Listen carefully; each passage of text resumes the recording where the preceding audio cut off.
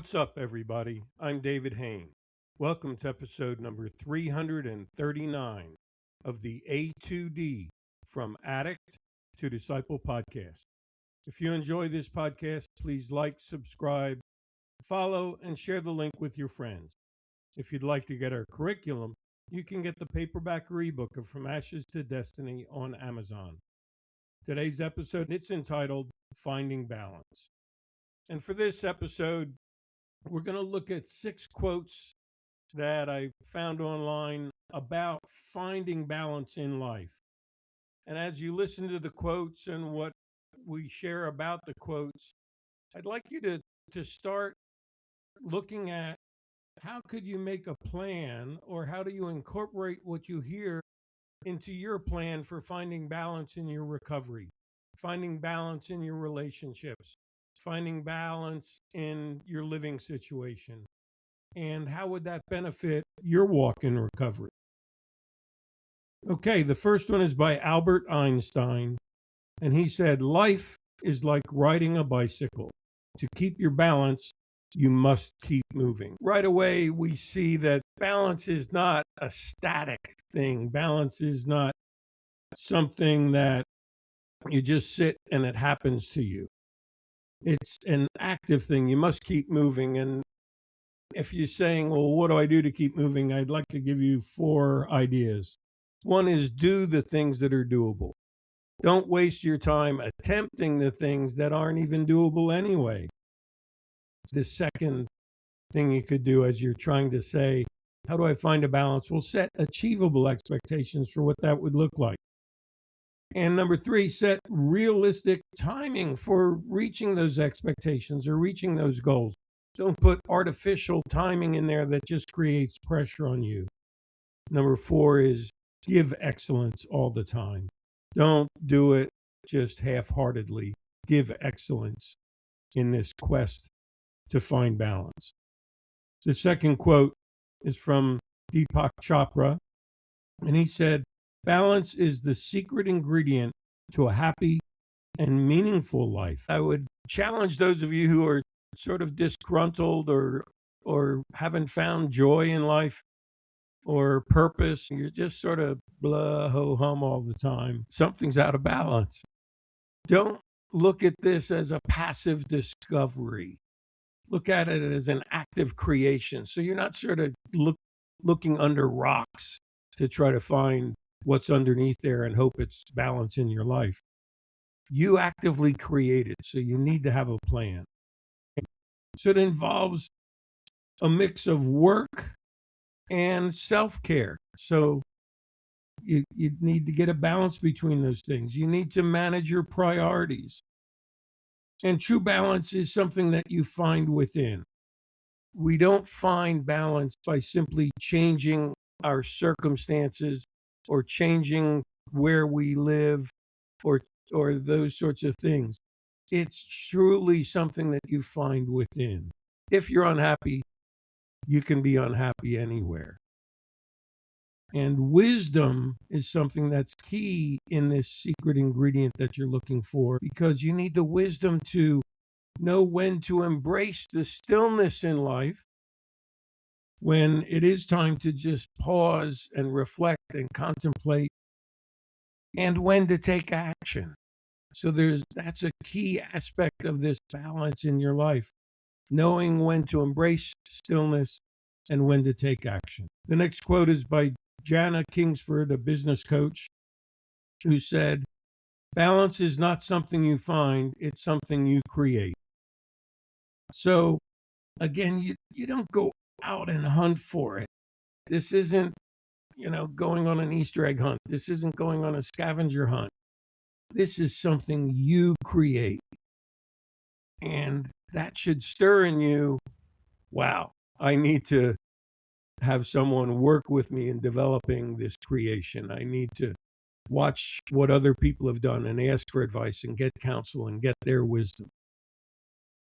And as you set your plan, after you've gathered all this information from other people who've been successful at it, as you set your plan, you're the one that has to bring it to life. So it's sort of like you can build a really nice braai or a nice campfire, but if you don't strike the match and set it to light, there's never going to be a fire. So you're the one who carries the matches. You're the one who sets this whole thing to life. It's up to you to create it. The next quote is an anonymous quote, and it says, "The key to keeping your balance is knowing when you've lost it." And I think this is huge because it means you need to be taking inventory daily, weekly, monthly to make sure something's not out of whack, to make sure you're still in balance. Many people suggest the 8-8-8 rule for life balance, and it divides a day into 3 8-hour blocks. It says if you're spending 8 hours of work and 8 hours of personal time, the third aspect would be 8 hours of sleep. So it's that balancing of leisure and family and hobbies and obligations, but also self-care. And this 8-8-8 rule helps to reduce burnout, improve your mental health, and can give you something that's sustainable that you can stick with. You could also apply these sorts of formulas to your finances, where you could say you put 1/3 of the finances into your housing situation, 1/3 into your lifestyle, your food and entertainment and purchases you want to make, and 1/3 into savings or paying off debt. And that way balance your finances with something that will actually keep you moving forward. The next quote is by Thomas Merton, an American monk and theologian. And he said, "Happiness is not a matter of intensity, but of balance, order, rhythm, and harmony." So you get all of these people are sort of saying the right thing, the same thing, just in different words. So this time I'm going to focus on that rhythm and harmony. And I've played a lot of music in bands, and you know when you've lost the rhythm or the harmony. You can always hear it, even as someone in the audience listening to a band. You know when someone's out of sync, the rhythm isn't tight. It seems wishy-washy and sloppy. Or you know when they sing harmony, even just 2-part, not 3 or 4-part. They sing 2-part harmony. You know if one person's off because the vocals aren't smooth, the vocals aren't blending together in a balance that makes them both bigger. So this thing of staying focused on balance rather than intensity it's sort of like the hare and the tortoise. For balance in your life, you want to have a plan that you can be the tortoise who's moving forward every day, not the hare who runs in spurts and gets boastful and gets overconfident and ends up losing the race. So it's not how fast you're running, it's that you keep going. There's going to be good days and bad days, but you need to keep going through all of them. So what I'm saying from this quote is it's more about moving with purpose, with your goal in mind, with balance in mind, than it is about moving with passion. And the next quote is by Kathy Freston, an American author. And she said, "Balance between work and pleasure, giving and receiving, seriousness and levity creates a happy, healthy life." So let's look at the first one, balance between work and pleasure. And that reminds me of the old idiom from, 300-400 years ago, all work and no play makes Jack a dull boy. It really points out to us that if we neglect our leisure activities, if we neglect our rest time, and we're constantly working, we're going to end up getting bored and be a boring person to be around and probably be burnt out. The second one, balance between giving and receiving. I'd like to give you a word of caution here. As you work through the 12 steps, you get to where you're giving back in the 12th step. And some people really throw themselves wholeheartedly into giving back. But I want to warn you and say, make sure when you're saying yes to people of what you'll do, that you're not saying no to yourself. So don't be giving so much that you're sacrificing what you need to keep your life balanced. And be aware of those people who are always asking you because they know you'll say yes, and they're actually taking advantage of you, using and abusing you, and begin to view them as sort of like leeches or parasites who are sucking the life or the balance right out of you. And the last one that Kathy Freston said was the balance between seriousness and levity.